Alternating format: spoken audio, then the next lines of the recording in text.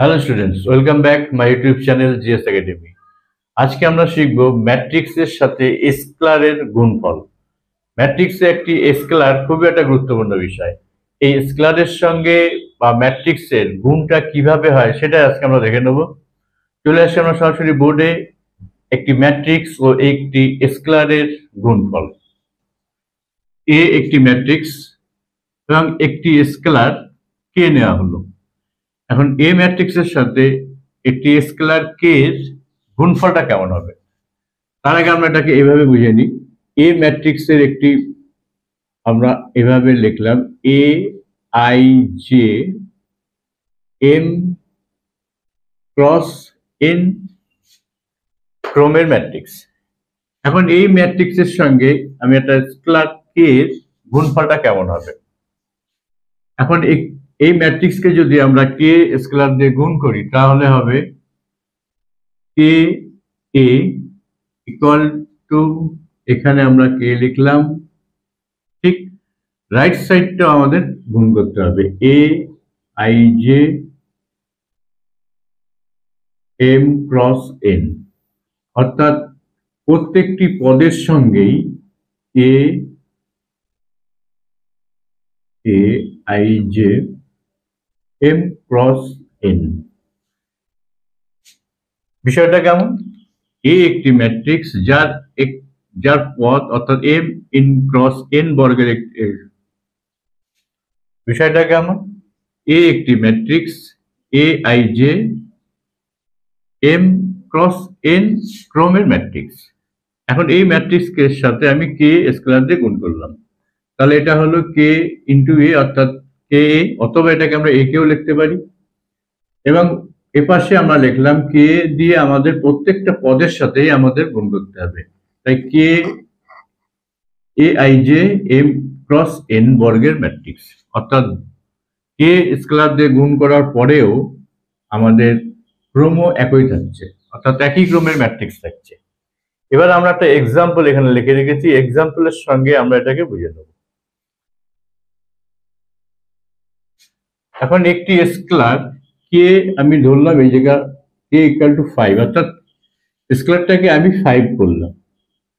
তাহলে এই 5 দিয়ে আমি এবার ম্যাট্রিক্স এর সাথে অর্থাৎ স্কেলার 5 এর সাথে ম্যাট্রিক্সের গুণফলের সম্পর্কটা কেমন, তাহলে এটাকে লিখবো 5a, আর এই দিকটা আমি করব 5 2 minus 3 4 1 5 minus 6।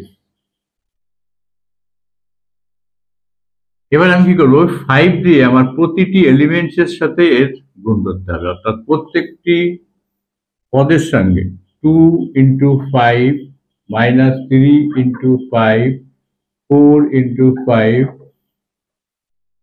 1 into 5 5 into 5 minus 6 into 5। তাহলে আমরা গুণফলটা পেলাম কি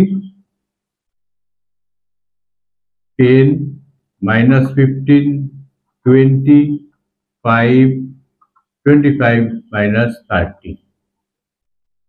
তাহলে 5a অর্থাৎ 5a স্কেলার দিয়ে গুণ করে আমরা পেলাম এই হলো তাদের প্রোডাক্ট অর্থাৎ গুণফলটা। তাহলে 5a এবং এদিকে আমরা গুণ করে পেলাম এটা। তাহলে মনে রাখতে হবে ম্যাট্রিক্সের সাথে কোনো স্কেলারের গুণফল করতে গেলে আমাদের ম্যাট্রিক্সের যতগুলো এলিমেন্ট থাকবে প্রত্যেকটি এলিমেন্টের সাথেই ওই স্কেলার দিয়ে আমাদের গুণ করে যেতে হবে, প্রত্যেকটির সাথে গুণ করে যেতে হবে। এবং এখানে এ ম্যাট্রিক্সের যে অর্ডার ছিল 2 ক্রস 3, এখানেও দেখো যে প্রোডাক্টটা আমরা পেলাম, গুণফলটা পেলাম স্কেলার দিয়ে গুণ করে, এই গুণফলের ক্রম আসছে 2 ক্রস 3, অর্থাৎ ক্রম চেঞ্জ হচ্ছে না। এবার যদি সংখ্যা যদি নেগেটিভ হয় অর্থাৎ মাইনাস হয়, ধরে নেওয়া হলো স্কেলার হচ্ছে -1, তাহলে এর গুণফলটা কেমন হবে?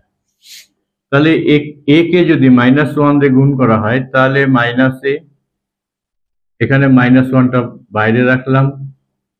তারপরে আমি যে ম্যাট্রিক্সটা আছে 2 - 3 4 1 5 - 6।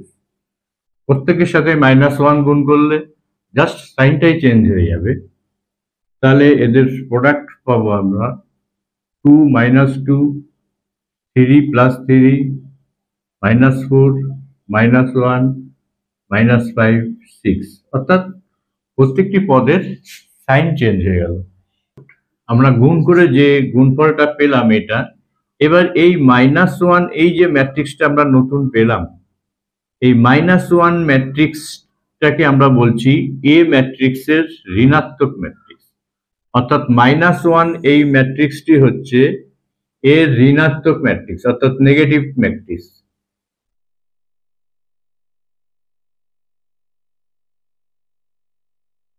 তাহলে এই ছিল একটি ম্যাট্রিক্স এবং একটি স্কেলারের গুণফল।